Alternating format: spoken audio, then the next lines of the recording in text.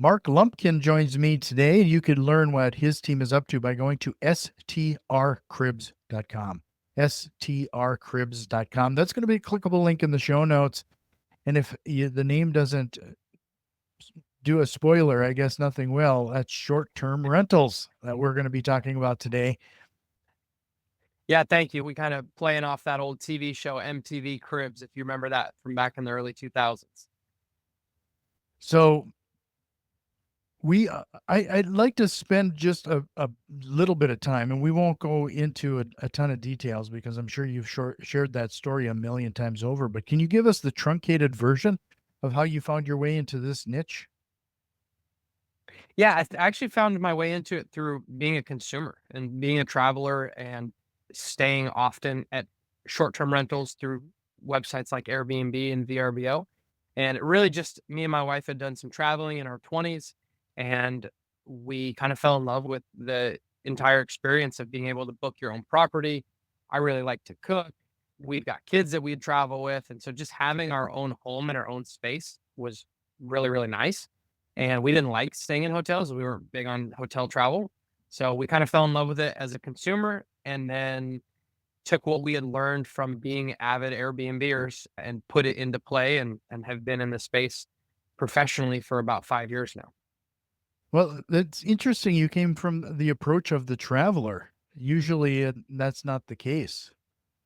Yeah, usually it's people that are real estate investors and have a property that's maybe doesn't pencil out as a long-term rental or in a really hot tourist market. So they want to try to do something different. That's usually how people end up in this space. So, based on your approach compared to everybody else, what do you think was a benefit? Yeah, I definitely do because I'm a big believer that the short-term rental space, while it is very much investing in real estate and being a real estate investor and having that kind of cap on, for the lack of a better term, in my opinion, it's more about hospitality and it's more about having the mindset and the systems and processes of like a hotel owner or someone who's running a resort because it's a completely different uh, guest avatar and client that's using your product. And thinking about it as you would long-term rentals is going to set you up for failure. And so, really thinking about it from the hospitality approach of what travelers are looking for, what travelers want, what they're willing to pay for, what they're not willing to pay for. To me, that's really a recipe for success. And so, I get to kind of come into it from a different lens because I knew, hey, we didn't like it when they did this. Hey, these two small little details made a big difference in our stay, and now we're looking for that. And so that definitely, in my opinion, has helped. Can you give us some examples of what those type of amenities were? Yeah, I think it's different for every person, and it's very different for every market and every property. But in general, I mean, there's some kind of blanket statements which are like comfortable beds, clean white linens, blackout curtains, having the basic kitchen essentials so somebody could cook a meal or having an iron on hand or hair blow dryer, just a lot of things that you'd think would be common practice. They're really not. And you find a lot of properties that are poorly set up and kind of half-assed done. And so those property owners and investors who have taken the time to really optimize their home for their guests' satisfaction and comfortability are doing really, really well. Guests that are coming back and back and back, they get great reviews. They score really well on all the online platforms. You know, with a lot, there's Airbnb seems to have short-term rentals have seemed to be changed quite a bit over the past year or two. I suppose there was probably a big tipping point during the whole COVID situation. Do you think now still a proper time to get in regarding Yeah, this as a strategy? I think it's the best time to get in, to be honest with you. I call it the amenities arms race, where you're absolutely right, Jack. What used to work in short-term rentals a couple of years ago doesn't work anymore. And so if you're coming into the industry thinking like people were in 2018, 2019, 2020, that you can just grab a three-bedroom, two-bath house in any metro market, Orlando, Nashville, Scottsdale, doesn't matter where it is, That mindset and that business model doesn't work anymore because of the competition, the increased regulations, things like that. But if you think about it strategically and you say, okay, I'm going to come into a market, I'm going to create a unique experience, a unique stay. I have a guest demographic, and I'm going to make sure that my home is maximized and optimized for them. And so, an example of that would be, let's say, like, I'm going to buy a house in Nashville and I'm going to create a bachelorette themed home. And I know that I'm going to be booked out every single weekend, Friday, Saturday, Sunday, for a 3-day stint for a group of 15 to 20 women between the ages of 21 and 32 years old. If you can really narrow and niche down that, and then you optimize that property, you make sure it's within walking or Uber distance of Broadway. You make sure that there are enough bedrooms and bathrooms and mirrors to get ready. And you make sure that there's a design and a hot tub. And you really go all in on that specific group of people that are going to be your clients. You can do really, really well. And so I think you've got to have a pretty strategic strategy to do well in today's market. But if you do that, you can crush it. You can do great. We've got properties where people are making 20, 25% cash on cash returns on the investments, and they're crushing. Can you spend a little time talking about how to establish your avatar? You mentioned that earlier, and the level of focus that you mentioned, in this case, a bachelorette pad. Do you suggest people like them, like identifying that avatar and kind of niching into that for a while until you get things figured out? I would make that your long-term play. I would buy a property in a market with the guest avatar in mind, and I would do quite a bit of research on who is going to be the ideal traveler coming to that market before I even found a home. And then I would find a home that makes sense for that traveler. And so, how I would do that is a lot of research and looking at the readily available travel statistics in any market that you're interested in. You can lean on your own personal experience. So think about like me and my family. We've got a couple of small kids, and we like to travel to this beach town yearly for our yearly family vacation. And we take my sister and her kids as well. And every time we're there, we see a lot of other travelers with their small little kids. And there's a couple of attractions in that town that are set up for families with young kids. And so, because of that knowledge I have, if I wanted to invest in that city, I would say, all right, we are the guest avatar. So how do we maximize this home for families with little kids? Well, that means there's a game room. That means that there's bunk beds with slides. That means there's pack and plays and high chairs and kids cups and plates that are unbreakable. And so I guess I couldn't necessarily tell you exactly how to identify your guest avatar. You got to do some research. You got to lean on your own wisdom, look at markets and figure out why people are coming. Um, I was just looking at Huntsville, Alabama. I don't know much about Huntsville, Alabama. I've only been there once, but with a quick Google search, I realized that it is the spaceship NASA capital of the US. And there's 50,000 travelers that come a year to go to the NASA museum. And all summer long, they have kids' NASA camps. If I was going to buy a short term rental in that market, I bet you it would be completely massed out and it would target kids that are 12 to 15 years old who are coming on summer camp. And I would be able to charge 5 times the average nightly rate in that town because I have the only NASA themed house in the entire market and everyone else just has a plain home. So that's what I mean by niching down, figuring out who's coming, why they're coming, and then going all out on the property to make sure that they're really happy and excited to come there. You just brought up something that I think is really interesting and a good point. You check Airbnb these days, and with all of the costs associated with it, sometimes it just frankly doesn't make a lot of sense for me when it comes to the value you're receiving. But in this case, you gave the example of NASA and niching to that level of audience. Then I can start to see where you're reintroducing the value to somebody who's a kind of a nerd in that world. So when you look at traveling, Jack, are you traveling by yourself, maybe you and your partner? It'd be a family for Okay. I guess what I was trying to get at is if I travel just with me, I go to hotels and it's so much easier. It's so much more cost effective. I went to a short term rental conference and most of us at the conference were actually staying in a hotel and we're like, we're here talking about short term rentals and we're not even staying in one. That old mindset of anything, rent anything, get furniture in any property, and you'll make money. That's tough because you have to compete with the value add. And you and your family might look at it and say, hey, that just doesn't make sense for us to go stay in this short term rental. It's so much more expensive. It's out of the area. And we're just going to stay in a hotel. But I want the guests that need a short term rental. So I want the family that's coming with 4 boys and they're going to the NASA summer camp for 2 weeks, and dad's working from home. So he needs a remote workstation. And so I'm figuring out exactly who my guest is, and I'm getting a premium on them. I'm not marketing to everyone.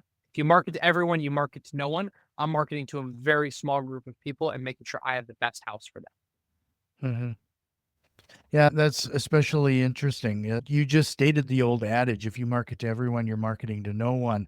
I get, it's so easy not to apply that to your rental investments. It's the standard, honestly. It's what everyone does. If you have a niche down property, you're in the 1% automatically. And I think it's a recipe for failure to do that. You mentioned that a lot of people get into short-term rentals because they might have bought a property that just didn't pencil out regarding long term, and they're trying to, frankly, let's admit it, they're using STR as a band-aid. Is there anything that those people should be aware of? Like, what is some of the bigger differences they're going to experience trying to get into this space? Their costs are going to be substantially higher. The cost to operate a short term rental is much greater than the cost of a long term rental. Think about just the basics. You've got to cover utilities. You've got to provide internet. You've got to have television service. You've got to have cleaning services in between every stay. You're going to have damaged items that you're going to have to replace. You have items that have wear and tear, pillows, blankets, towels, sheets. Those have to be replaced at some type of frequency. They're not a one time cost and they last forever type thing. And so the costs associated are much higher. The consistency of the revenue has highs and lows. We've got a property that me and my wife own. It did $12,000 in August of 2024, and in December of 2024, it did 900 bucks. And so you've got to be ready for the inconsistencies and look at it on a yearly basis because you're going to have seasonality that's going to come into play. You're not locking someone into a 12-month lease and that they're paying 2,500 bucks every single month for. You've got some real highs and lows. And then you've got the operations piece to it, which is you're running a little hotel. You have a mini hotel, and someone's going to show up at 1 o'clock in the morning, and they're not going to figure out how to use the Wi-Fi, and they're going to be pissed, and they're going to be calling you, and you're going to have to take that call, or you have to have a great property manager. And so those are really the three things: is the inconsistency of income, the operations piece. You're running a hotel, not a long-term rental, and then the cost associated with it. Can you talk a little bit about the maintenance and the upkeep and the turnover? Because that's one of those expenses that seems to like can really get out of hand if you're not careful. Yeah, it not only can get out of hand, is that if it's not done in a small window, you can really mess up your next stay. And so think about a guest checking out on Friday at 10 a.m. and another guest checking in the same day at 3 p.m. or 4 p.m. You have a small 4, 5, 6 hour window where you've got to get the home completely cleaned. You've got to do all the laundry. You have to remake the beds. You have to restock the shelves. And if your cleaner just doesn't show up, or she's got a flat tire, or she's got a sick kid, how do you handle that? And so having backups for your backups, I think, is really important. And having some systems and processes in place is going to be critical to have success with this. Because, I mean, think about it. If it's Friday at 1 o'clock in the afternoon, you got a guest coming in 3 hours and you don't know who can clean your property. Um, and so really dialing in those processes. There's some great tools out there. There's like some software tools that can help you find cleaners and great maintenance people. And once you've identified them, you just want to take good care of them and make sure that you can count on them, because when you find good people, you don't want to let them go. Just to remind everybody, head over to strcribs.com, strcribs.com. Learn a little bit more about what his Mark and his team are up to there. Stay tight as we are going to dive into some of these platforms and tools that Mark is leveraging, as well as what he is seeing as what's coming up in the horizon on the economy and everything else.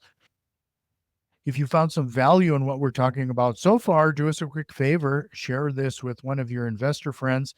And if you found us on YouTube, give us a quick like and subscribe. So, Mark, could you kind of give us some insights, some of the tools that you are using to manage these properties and doing the research that you need? So yeah, so starting at the research phase, you've got a couple of great tools that are going to help you with revenue, and revenue is kind of the starting point. And a lot of people find the property first and then think how they could make it work versus finding the market and the revenue ratio they need. And we talk about kind of the 15 to 20% rule. And so if I buy a property that's $500,000, I need it to make 75 to 100 grand a year in revenue in order for that property to make sense as a short-term rental that cash flows. And if I buy $1 million home, I need it to make 150 to 200 grand. So I've got to find a market that allows me to do that. There's some that do, there's some that don't. And then I've got to find the property. I use tools like AirDNA and Rabu to help me find uh, markets that have those rent ratios and then to give me the data on who's doing what. I then kind of manually look at the best performing homes in the market. And it's pretty easy to do. I go to Airbnb, I go to the top page, and I say, hey, who are the first 10 properties in this market and what are they doing? Oh, 6 of the top 10 all have hot tubs, and 3 of them have pools, and 8 of them have game rooms. And I kind of start to analyze an area and say, all right, this is the ceiling. These are the best performing homes in the market. And this is the floor. These are the worst performing homes in the market. Where do I see my property falling in line with that? And then I'd start to judge on if it's a good investment or not. Um, so that's how I find and analyze properties. There's a lot of great software tools that are going to help you manage your listing. You want your listing on several platforms. And so, we all know of Airbnb, but there's VRBO and there's booking.com and there's a lot of other sites out there that can get you listings and get your listing up and get you bookings. And so I'll use, a PMS system to help manage all those different booking platforms, bring them into one centralized tool. We'll use a tool like Terno. It's called Terno to help us find cleaners and handymen. It's become pretty easy, actually, if you really dive in and learn about these tools to do this remotely or do it at scale.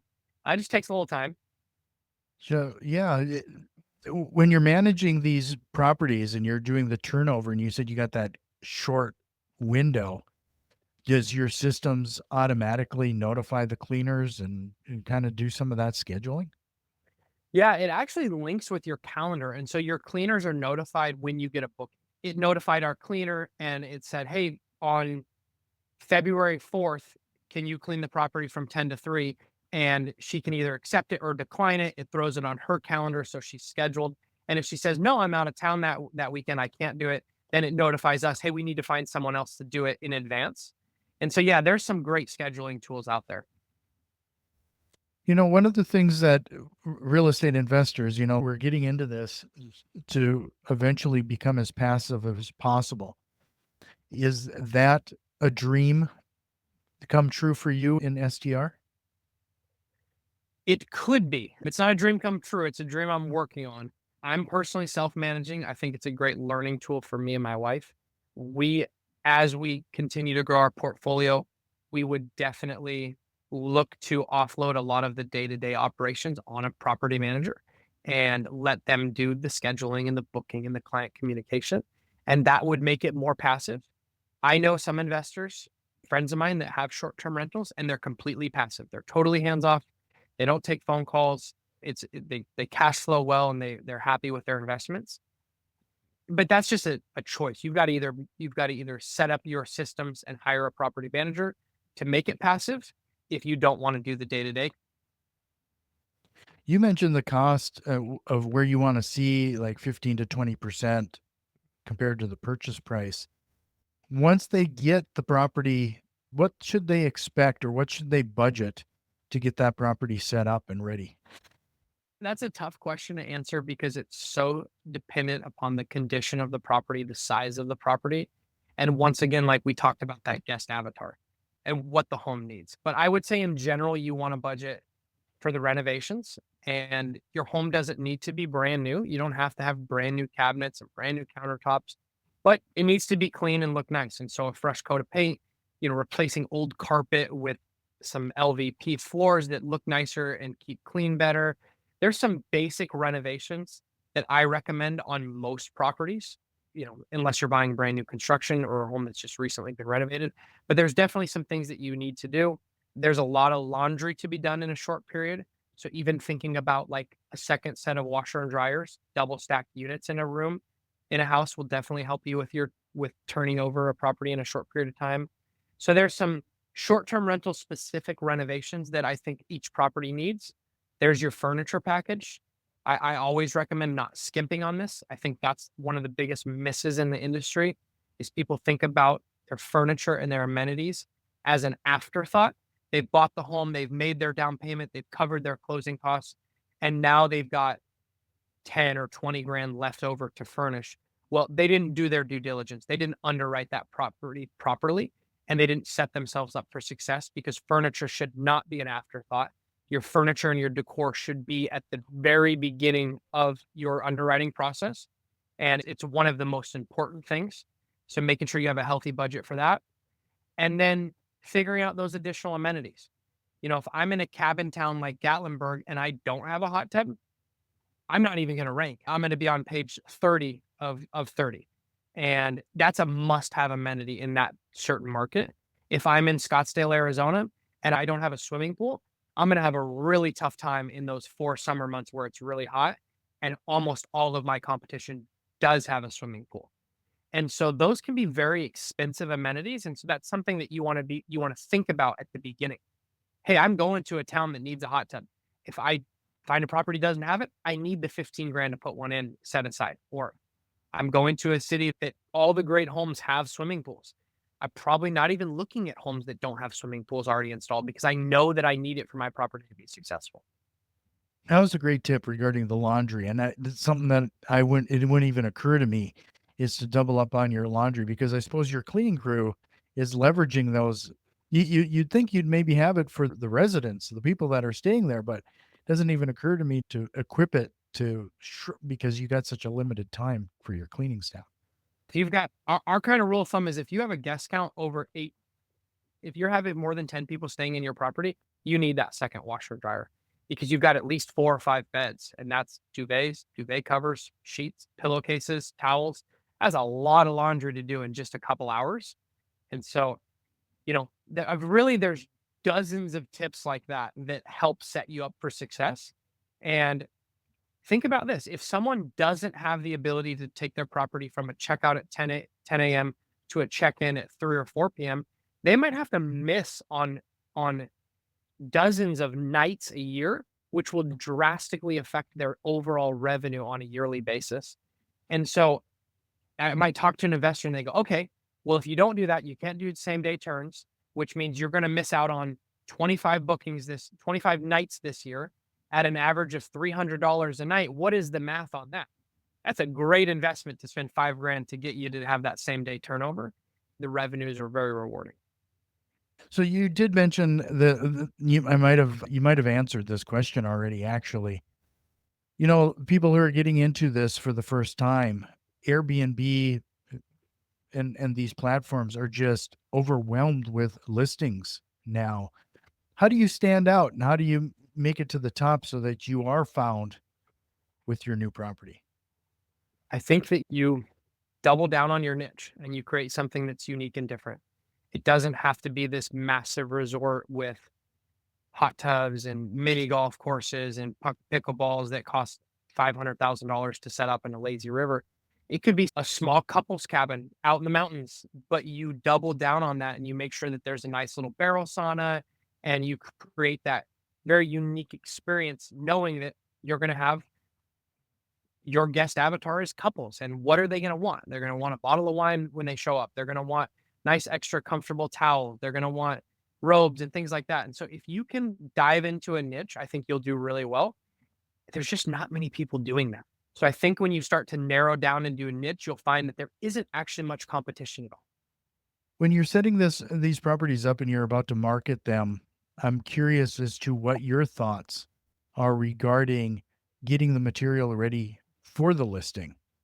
I till this day, it still surprises me that people will take photos. They'll spend hundreds of $1,000s on property, and then they'll use their cell phones to take the photos.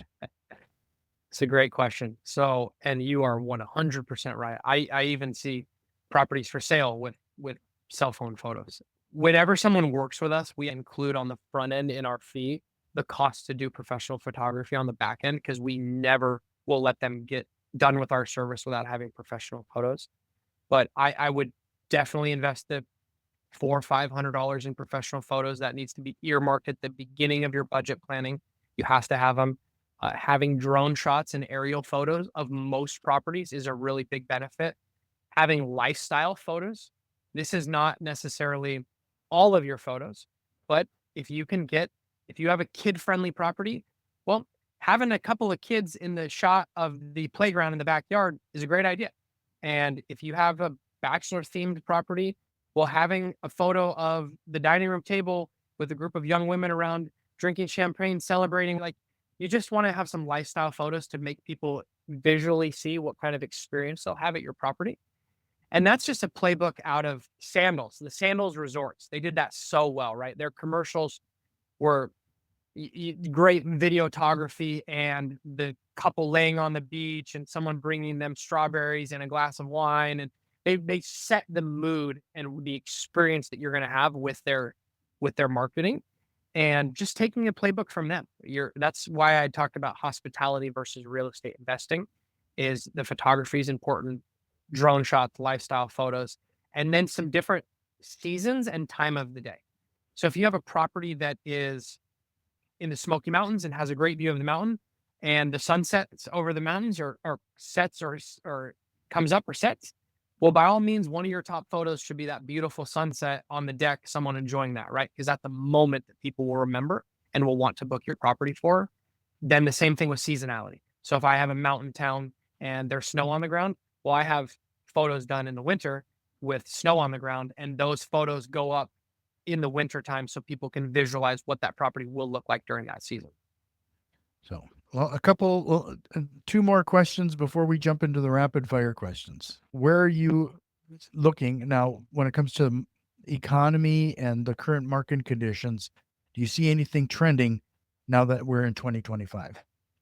Yeah, I see some new markets trending from a kind of from a traveler's vacations perspective, and I see people starting to gravitate towards places like Michigan. Actually, you'd mentioned you're just across the border from Minnesota, Hmm. but the state of Michigan on the Great Lake of Michigan, we've started to see a lot of travelers going that way, and it's quite beautiful. I think it's kind of a hidden gem in the U.S., and so I've started to see I guess it's not a new trend, but ever since social media, there's a lot of places that have become tourist hotspots that weren't tourist hotspots 10 or 15 years ago.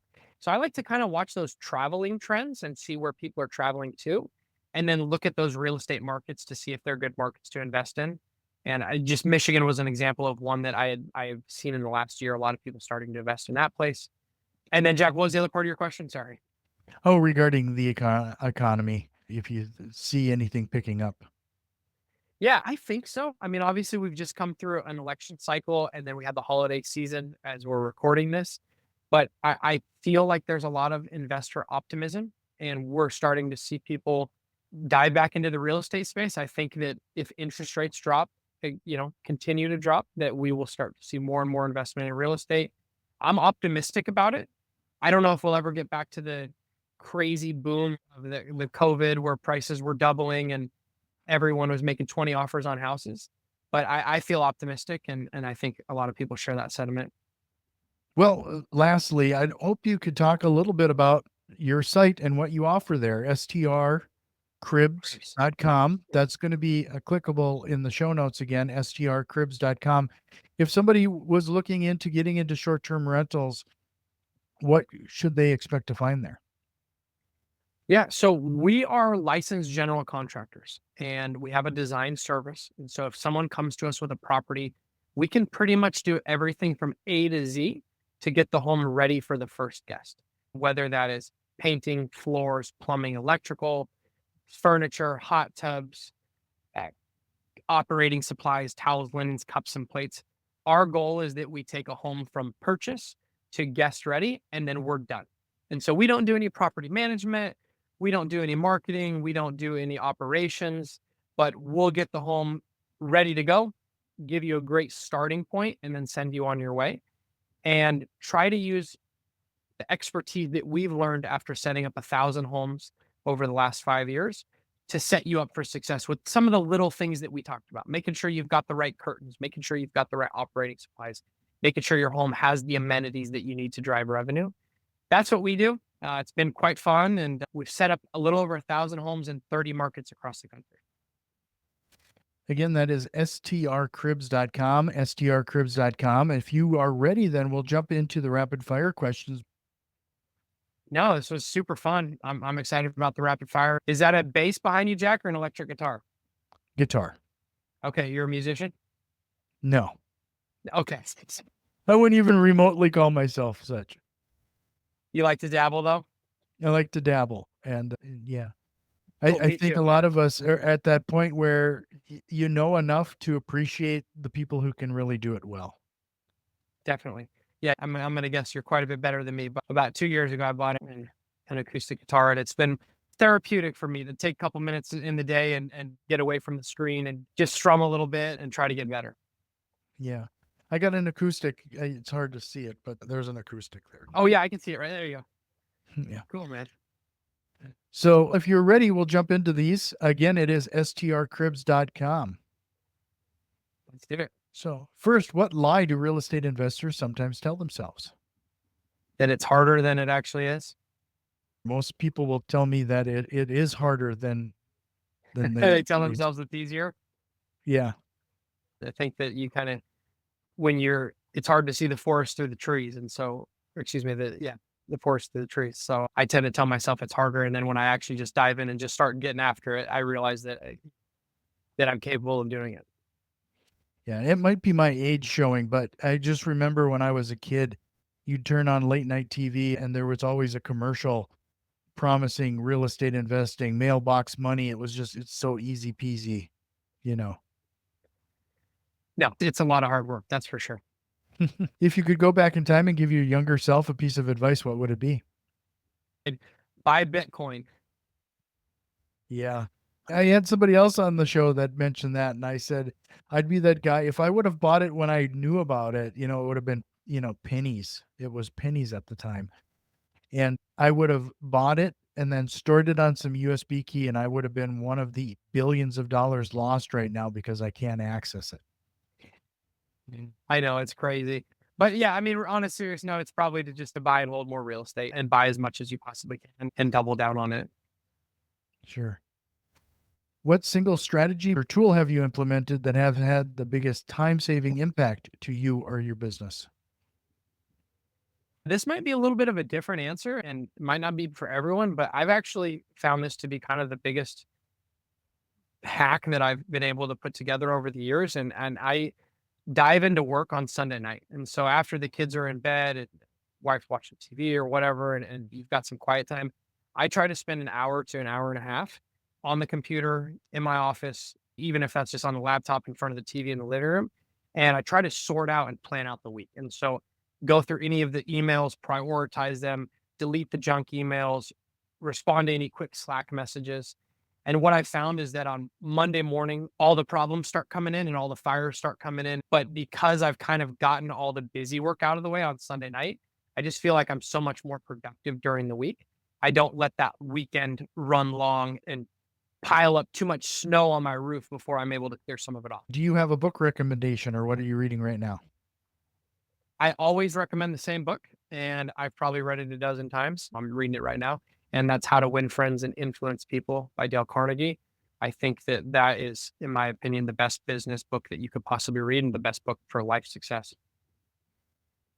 Well, this was fantastic, Mark. I really appreciate your time, and it's been great to meet you. One last time, it is strcribs.com, strcribs.com. That's going to be a clickable link in the show notes, but I hope you'll consider coming back again sometime. This was great. Thanks so much for having me on, Jack. It's super fun. Yeah.